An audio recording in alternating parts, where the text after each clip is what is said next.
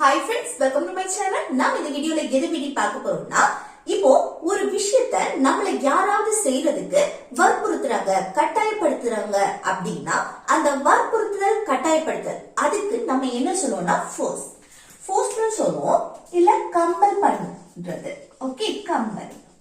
இப்ப நம்ம சொல்லுவோம்ல, அவன் நல்ல என்ன ஃபோர்ஸ் பண்றான், நல்ல கம்பல் பண்றான், அதை செய்யறதுக்கு நல்ல கம்பல் பண்றான், இல்ல நல்ல ஃபோர்ஸ் பண்றான் அப்படின்னா வற்புறுத்துதல், கட்டாயப்படுத்துதல். சரியா? அந்த ஃபோர்ஸ் இல்லைன்னா கம்பல், ரெண்டுல எது வேணாலும் சொல்லிக்கலாம். இப்ப பாருங்க, என்ன வற்புறுத்தாத அப்படின்னு சொல்றேன். என்ன வற்புறுத்தாத? இப்போ யாராவது ஒருத்தவங்க நம்மள ஒரு விஷயத்த செய்யறதுக்கு வற்புறுத்துறாங்க, கட்டாயப்படுத்துறாங்க, இதை நீ கண்டிப்பா செய்யணும் அப்படின்னு கட்டாயப்படுத்துறாங்க. அப்போ அது நம்ம என்ன சொல்லுவோம்? என்ன வற்புறுத்தாத, என்ன கட்டாயப்படுத்தாத அப்படின்னு சொல்லுவோம். இது எப்படி சொல்லலாம் பாருங்க. வற்புறுத்தாது அப்படின்னா ஒரு சப்ஜெக்ட், ஒரு சென்டென்ஸ்ல சப்ஜெக்ட் வரல, சோ நம்ம அந்த நெகட்டிவ் சென்டென்ஸ் எப்படி எழுதுவோம்? டோன்ட் போட்டு எழுதுவோம். இத செய்யாத அப்படின்னா டோன்ட். அடுத்து வற்புறுத்துறதுக்கு ஃபோர்ஸ், ஃபோர்ஸ்னு சொல்லுவோம், இல்ல கம்பல். சரியா? அப்போ வற்புறுத்தாத அப்படின்னா டோன்ட் ஃபோர்ஸ், இல்லைன்னா டோன்ட் கம்பல். அடுத்து என்னை அப்படின்னா மீ. சரியா? அப்போ என்ன வற்புறுத்தாத அப்படின்னா டோன்ட் ஃபோர்ஸ் மீ, இல்ல டோன்ட் கம்பல் மீ. ஓகே. அடுத்து அவளை வற்புறுத்தாத. நம்ம சொல்லுவோம்ல, அவளை வற்புறுத்தாத, அதை செய்யறதுக்கு அவளை வற்புறுத்தாத அப்படின்னு. இது எப்படி சொல்லலாம்? வற்புறுத்தாத அப்படின்னா டோன்ட் ஃபோர்ஸ், இல்ல டோன்ட் கம்பல், இது கூட சொல்லலாம். அடுத்து அவளை, அவளைனா ஹர். Okay, object. அவளை ஒரு பொண்ணு நம்ம மென்ஷன் பண்றோம் அப்படின்னா ஹர். இது ஒரு ஆணை நம்ம மென்ஷன் பண்றோம், அவனை வற்புறுத்தாத அப்படின்னா டோன்ட் ஃபோர்ஸ் ஹிம். ஓகே, இங்க என்ன வரும்? ஹிம். இல்ல இது ஒரு நேம் நீங்க மென்ஷன் பண்றீங்க.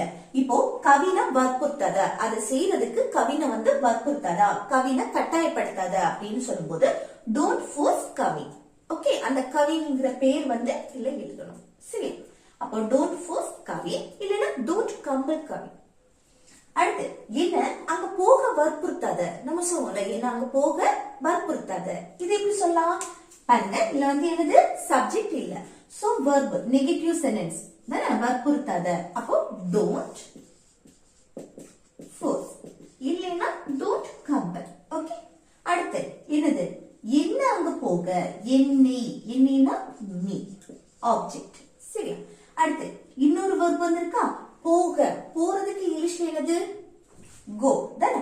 இத இன்ஃபினிட்டிவ் ஃபார்ம்ல எழுதுவோம் தானே, டு போட்டு. அடுத்து என்ன? போறதுக்கு இங்கிலீஷ்ல கோ. இன்ஃபினிட்டிவ் ஃபார்ம்னா டு போட்டு அந்த verb அப்படியே எழுதணும், டு கோ. இப்போ ஒரு சென்டென்ஸ்ல ரெண்டு verb வந்திருக்கு. ஒன்னு வற்புறுத்துதல், இன்னொன்னு போக. அந்த வற்புறுத்தல் லாஸ்ட் ஒன்ன நம்ம ஃபர்ஸ்ட் எழுதிடுவோம். அடுத்த verb நம்ம அந்த போக, எழுத, படிக்க, தூங்க, இந்த உச்சரிப்புக்கு எல்லாமே நம்ம இன்ஃபினிட்டிவ் ஃபார்ம் போடுவோம். சில மேக்ஸிமம் நம்ம ரெண்டு verb, ஒரு சென்டென்ஸ்ல ரெண்டு verb வருதுன்னா ஒரு verb இன்ஃபினிட்டிவ் ஃபார்ம்ல போடுவோம். அடுத்து அங்க, அங்கேனா த. என்ன அங்க போக வற்புறுத்தாத அப்படின்னு சொல்றதுக்கு don't force me to go there, don't force me to go there. Next என்ன? இத செய்ய வற்புறுத்தாத. என்ன? இத செய்யறதுக்கு என்னது? வற்புறுத்தாத அப்படின்னு சொல்றோம். இது எப்படி சொல்லலாம்? வற்புறுத்தாத, அதுக்கு டோன்ட் ஃபோர்ஸ், டோன்ட் ஃபோர்ஸ். அடுத்து என்னை, என்னைனா மீ. அடுத்து இதை செய்ய, இன்னொரு verb வந்திருக்கு, செய்யறது. அது எப்படி? இன்ஃபினிட்டிவ் ஃபார்ம்ல எழுதணும் தானே, டு போட்டு. செய்யறதுக்கு இங்கிலீஷ்ல டு, அப்போ டு டு. அடுத்து இதை, இதைனா திஸ். சரியா? அப்போ இன்னும் இதை செய்ய வற்புறுத்தாத அப்படின்னா don't force me to to this, don't force me to to this. Okay. அடுத்து நெக்ஸ்ட் பாருங்க, அவன் உன்ன வற்புறுத்தினானா. நம்ம கேட்போம்ல, அவன் உன்ன இதை செய்யறதுக்கு வற்புறுத்துறானா அப்படின்னு சொல்லுவோம்ல. உன்னை அங்க போறதுக்கு வற்புறுத்தினானா, கட்டாயப்படுத்தினானா. அப்ப அந்த கட்டாயப்படுத்துதல், வற்புறுத்துதல், அதுக்குதான் நம்ம என்ன சொல்லுவோம்? ஃபோர்ஸ், இல்லைன்னா கம்பல். அப்போ அவன் உன்ன வற்புறுத்தினானா, இல்ல அவன் உன்ன கட்டாயப்படுத்தினானா அப்படின்னு கேக்குறதுக்கு எப்படி கேட்கலாம்? பாருங்க பாஸ்ட பத்தி நம்ம கொஸ்டின் கேக்குறோம், முடிஞ்சு போன விஷயத்தை பத்தி. அப்ப என்ன சிம்பிள் பாஸ்ட் டென்ஸ் படி நம்ம did யூஸ் பண்ணி கேட்போம் தானே. கொஸ்டின் கேட்கும் போது did ஃபர்ஸ்ட், அடுத்து என்ன அவன் சப்ஜெக்ட் எழுதுவோம், அவன்னா he. அடுத்து என்ன வரணும் verb, verb எது உன்னை வற்புறுத்தினானா வற்புறுத்துதல் force, இல்ல கம்பல்னு சொன்னாலும் தப்பு. அடுத்து உன்னை, உன்னைனா you, இது வந்து ஆப்ஜெக்ட் சரியா.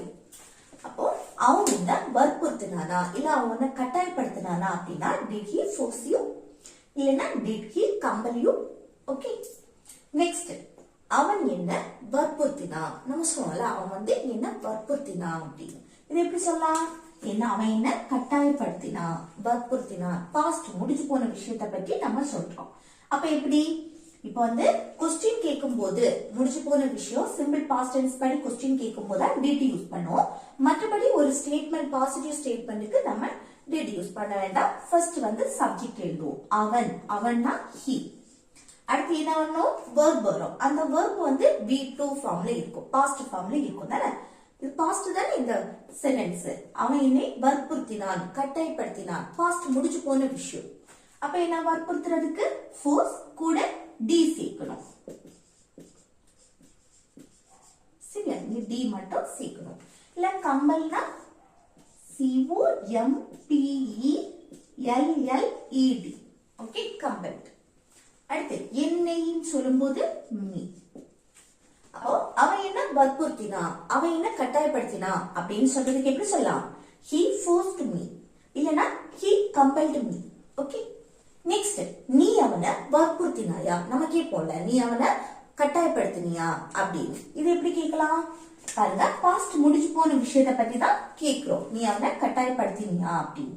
இது எப்படி கேட்கலாம், பாஸ்ட் முடிஞ்சு போன விஷயத்தை பத்தி கேட்கும் போது did யூஸ் பண்ணுங்க. ஃபர்ஸ்ட் did, அடுத்து சப்ஜெக்ட் நீ, நீனா you. அடுத்து என்ன வரணும் verb, verb எது வற்புறுத்தினாயா கட்டாயப்படுத்தினாயா, அதுக்கு என்ன ஃபோர்ஸ். அடுத்து அவனை, அவனைன்னு சொல்லும் போது him. அப்போ நீ அவனை வற்புறுத்தினியா கட்டாயப்படுத்தினியான்னு கேட்க did you force him இல்லனா இல்ல கம்பல் கூட போட்டுக்கலாம். Okay, did you compel me. Next என்ன யாரும் வற்புறுத்தல, நம்ம சொல்லுவோம்ல என்ன வந்து யாருமே வற்புறுத்தல கட்டாயப்படுத்தல அப்படி. இது எப்படி சொல்லலாம், இது வந்து நெகட்டிவ் சென்டென்ஸ் தானே, என்ன யாருமே வற்புறுத்தல. அதே போல என்னது பாஸ்ட் முடிஞ்சு போன விஷயத்தை பத்தி நம்ம சொல்றோம். அப்ப எப்படி எழுதணும், இது வந்து பாருங்க யாரும், இதுதான் என்னது சப்ஜெக்ட், யாரும் என்ன வற்புறுத்தல. அப்போ யாரும் அப்படின்னா no one இல்லைனா nobody. ஓகே, no one இல்லைனா nobody, இதுதான் சப்ஜெக்ட். அடுத்து என்ன வரணும் verb வரும், அந்த verb பாஸ்ட் ஃபார்ம்ல இருக்கும்னால வற்புறுத்தவில்லை, வற்புறுத்துறதுக்கு ஃபோர்ஸ் கூட டி சேர்க்கணும் இல்லனா கம்பல்ட். ஓகே, அடுத்து என்னை, என்னைன்னு சொல்லும் போது நீ. இப்ப என்னை யாருமே வற்புறுத்தல அப்படின்னா no one forced me இல்லனா nobody forced me இல்ல கம்பல்ட் கூட போட்டுக்கலாம். சரி, அடுத்து நெக்ஸ்ட் பாருங்க, யாராவது ஒன்ன வற்புறுத்தினாங்களா, நம்ம கேட்போம்ல யாராவது ஒன்ன வற்புறுத்தினாங்களா அப்படின்னு. இது எப்படி கேட்கலாம் பாருங்க, வற்புறுத்தினாங்களா கட்டாயப்படுத்தினாங்களா, பாஸ்ட் முடிச்சு போன விஷயத்தை பத்தி தான் கேட்கிறோம். இல்ல பாருங்க, இல்ல வந்து முடிச்சு போன விஷயத்தை பத்தி கேட்கும் போது did யூஸ் பண்ணுவோம் தானே, ஆக்சிலரி வர்ப் did. அடுத்து என்ன வரணும் சப்ஜெக்ட், இங்க என்ன சப்ஜெக்ட் யாராவது, யாராவது ஒன்ன கட்டாயப்படுத்தினாங்களா வற்புறுத்தினாங்களா, அப்ப அது யாராவது அப்படின்னா anyone. சரி, இதுதான் சப்ஜெக்ட் anyone யாராவது. அடுத்து என்ன verb வரும், வற்புறுத்துதல், அப்போ force இல்ல கம்பல் அப்படின்னு எழுதிக்கலாம். அடுத்து உன்னை, உன்னைனா you ஆப்ஜெக்ட்.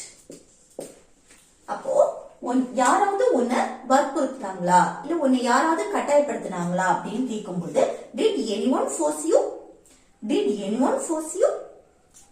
நெக்ஸ்ட் நான் உன்னை எப்போ வற்புறுத்தினேன், நம்ம கேட்போம்ல நான் உன்னை கொஸ்டின், நான் உன்னை எப்போ கட்டாயப்படுத்துறேன் எப்போ வற்புறுத்துறேன் அப்படின்னு கேக்குறது. அப்ப எப்படி கேக்குறது, இங்க வந்து பாஸ்ட் முடிச்சு போன விஷயத்தை பத்தி தான் கேக்குறோம். அது என்னது என்ன வந்திருக்கு, இங்க WH கொஸ்டின் வந்திருக்கு தானே, அப்ப அது ஃபர்ஸ்ட் எழுதணும். எப்போ அப்படின்னா when. அத ஃபர்ஸ்ட் எழுதிட்டு அடுத்து என்ன முடிச்சு போற விஷயத்தை பத்தி நம்ம क्वेश्चन கேக்குறோம். அப்போ did யூஸ் பண்ணணும் தானே. WH क्वेश्चन வந்தா அத ஃபர்ஸ்ட் எழுதிட்டு அடுத்து தான் did வரும். சரியா? அடுத்து என்ன சப்ஜெக்ட் நான்னா I. அதுக்கு அடுத்து verb என்ன verb பொறுத்துதல் force. அடுத்து உன்னைன்னு சொல்லும்போது you. சரியா? அப்போ நான் உன்னை எப்போ வற்புறுத்தினேன் அப்படின்னா when did I force you? When did I force you? Okay. அவன் உன்னை வற்புறுத்தினால் என்கிட்ட சொல்லு. நம்ம சொல்லுவோம்ல அவன் உன்னை கட்டாயப்படுத்தினால் என்கிட்ட சொல்லு அப்படின்னு. இது எப்படி சொல்லலாம் பாருங்க. அவன் உன்னை வற்புறுத்தினால் கட்டாயப்படுத்தினால் இவ்வளவு ஒரு செட்டு. என்கிட்ட சொல்லு அடுத்த செட்டு.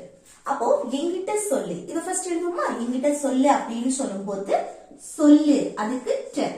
இல்ல என்னது சப்ஜெக்ட் வரல தானே. அப்போ வெர்ப நம்ம ஃபர்ஸ்ட் எழுதுவோம். வெர்ப் என்ன சொல்லு சொல்லக்கூடிய செய். சொல்றதுக்கு tell. என்கிட்ட அப்படின்னா me. tell me அப்படின்னா என்கிட்ட சொல்லு. என்ன அவன் உன்னை வற்புறுத்தினால் கட்டாயப்படுத்தினால். சரியா? அந்த ஆல் அது வற்புறுத்தினால் கட்டாயப்படுத்தினால் அப்படி நம்ம சொல்லுவோம்ல. ஆல்ல முடிஞ்சு அப்படின்னா அந்த நிகழ்வு அதுல நம்ம இஃப் போடணும். சரியா? இஃப் அதுதான் ஃபர்ஸ்ட் எழுதணும். அந்த சென்டென்ஸ் ஸ்டார்ட் பண்றதுக்கு முன்னாடி நம்ம அந்த இஃப் போட்டுறணும். அடுத்துதான் என்னது சப்ஜெக்ட். இத சிம்பிள் பிரசன்ட் படி நம்ம சொல்றோம். சரி? அவன்னா he. அடுத்து verb வற்புறுத்துதல். அதுக்கு என்னது force. கூட என்ன வரணும் சிம்பிள் பிரசன்ட் படி எழுதும்போது subject he she it singular noun வரும்போது verb கூட என்னது எஸ்ஓ இஎஸ்ஓ ஐஎஸ்ஓ ஆட் பண்ணும் தானே. இங்க எஸ் மட்டும் ஆட் பண்ணா போதும். லாஸ்ட் ஈல முடிஞ்சிருக்கு. சோ ஈல முடிஞ்ச எஸ் மட்டும் ஆட் பண்ணா போதும். அப்போ he forces. அடுத்து உன்னின்னு சொல்லும்போது you. இங்க force compels கூட சொல்லிக்கலாம். சரியா? அப்போ அவன் உன்னை வற்புறுத்தினால் என்கிட்ட சொல்லு அப்படின்னு சொல்றதுக்கு எப்படி சொல்லலாம். tell me if he forces you. tell me if he forces you. இல்லைன்னு சொன்னா இத கூட இந்த சென்டென்ஸ் இந்த நிகழ்வு கூட நம்ம ஃபர்ஸ்ட் போட்டுக்கலாம். if he forces you tell me. Okay. அடுத்து என்ன திருமணம் செய்ய வற்புறுத்தாத. நம்ம சொல்றோம்ல என்ன கல்யாணம் பண்ண வற்புறுத்தாத அப்படி. இது எப்படி சொல்லலாம் பாருங்க. இல்ல என்னது சப்ஜெக்ட் கிடையாது. சோ இந்த நிகழ்வு என்னது வெர்ப ஃபர்ஸ்ட் எழுதுவோம். அதுவும் நெகட்டிவ்ல வந்திருக்கனால டோன்ட் போட்டு எழுதுவோம் தானே. டோன்ட் அந்த வெர்ப் என்ன வற்புறுத்தாத. அதுக்கு டோன்ட் ஃபோர்ஸ். சரியா? அடுத்து என்னைனா மீ. ஓகே. அடுத்து இன்னொரு வெர்ப் வந்திருக்கா திருமணம் செய்ய.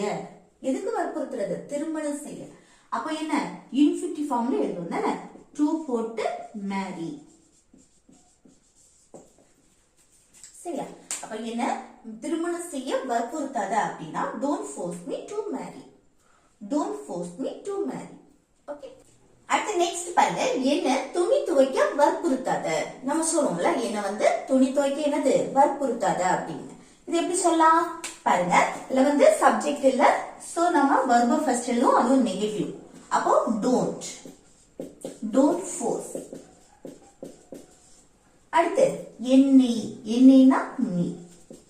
அடுத்து என்ன துணி துவைக்கிறதுக்கு இங்கிலீஷ்ல வாஷ். அப்போ டு போட்டு வாஷ்.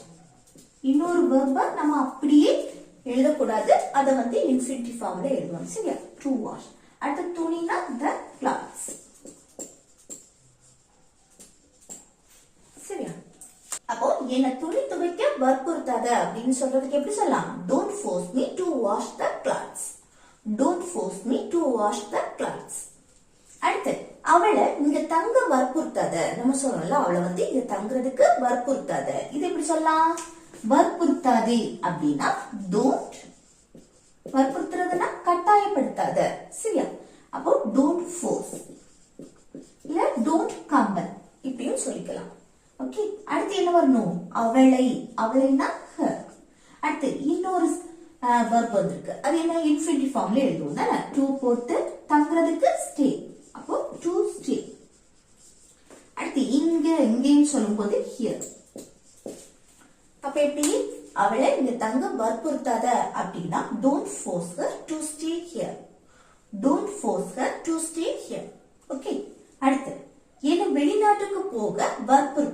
நம்ம சொல்லுவோம்ல என்ன வெளிநாட்டுக்கு போக என்னது கட்டாயப்படுத்தாத அப்படி எப்படி சொல்லலாம் கட்டாயப்படுத்தாத வற்புறுத்தாத அப்படின்னா don't force. அடுத்து என்னைன்னு சொல்லும் போது me. அடுத்து இன்னொரு verb வந்திருக்குதா போக அப்ப to போட்டு போறதுக்கு இங்கிலீஷ்ல go to go. Okay infinitive ஃபார்ம்ல எழுதிருக்கோம். வெளிநாட்டுக்கு அதுக்கு abroad. ஓகே அப்போ என்ன வெளிநாட்டுக்கு போக வற்புறுத்தாத அப்படின்னா don't force me to go abroad. Don't force me to go abroad. Okay அடுத்து அந்த காரை வாங்க அவனை வற்புறுத்தாத நம்ம சொல்லுவோம்ல அந்த காரை வாங்குறதுக்கு அவனை வற்புறுத்தாத இதை எப்படி சொல்லலாம்னு கமெண்ட் பாக்ஸ்ல கமெண்ட் பண்ணுங்க. ஓகே ஃப்ரெண்ட்ஸ் இந்த வீடியோ உங்களுக்கு யூஸ்ஃபுல்லா இருக்குன்னு நினைக்கிறேன். யூஸ்ஃபுல்லா இருந்துச்சுன்னா இந்த வீடியோக்கு லைக் பண்ணுங்க உங்க ஃப்ரெண்ட்ஸ்க்கு ஷேர் பண்ணுங்க. Okay thank you.